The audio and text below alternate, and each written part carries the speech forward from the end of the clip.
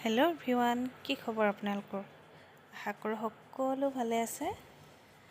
আজি এটা নতুন দিনলৈ আপোনালোক সকলোকে স্বাগতম জনাইছোঁ। পুৱাৰ পৃথিৱীখনৰ লগত কেনেকৈনো আজি সময়টো পাৰ কৰিলোঁ তাকে আপোনালোকৰ লগত দেখুৱাওঁ বুলি ভাবিলোঁ। চাবচোন দেই, শেষলৈকে চাব কিন্তু।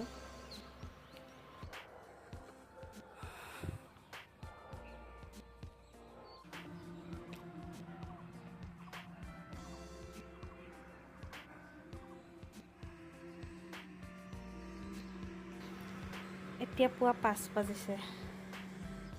Good morning. এতিয়া যাওঁ খোজকাঢ়িবলৈ। জোতাযোৰ আছে তলত, বিচাৰি লৈছোঁ, পিন্ধি মেলি ওলাই যাওঁ।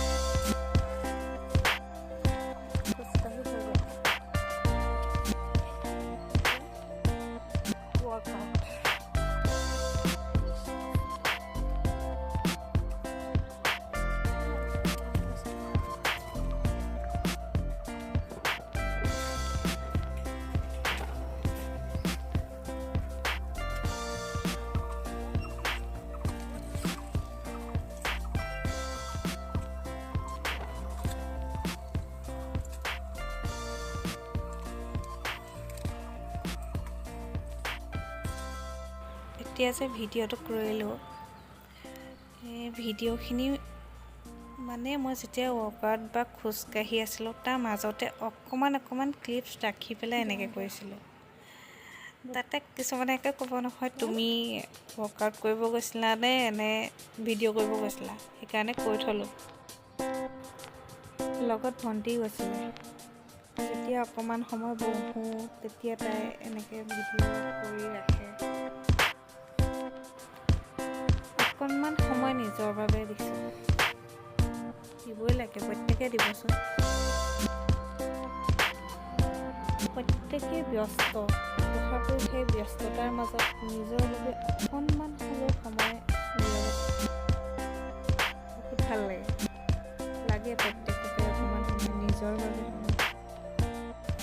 মোৰ ভাৱ হয় মানে ব্যস্ততাবোৰ কেতিয়াবা এলাহ আৰু ভাগৰলৈ পৰিণত হৈ যায়, যিবোৰে বেছিকৈ মানুহক মানে সময়খিনি উলিয়াবলৈ অজুহাত হিচাপে থিয় দিয়ে। আপোনালোকে ভাবেনে বাৰু তেনেকৈ? মানুহৰ কিছুমান অব্যক্ত কথা মনৰ মাজতে থাকি যায়, এইবোৰৰ মাজতে যেন প্ৰকৃতিৰ মাজত থাকি ভাল লগা, এইবোৰ মানে একান্ত ব্যক্তিগত কিছুমান থাকি যায়।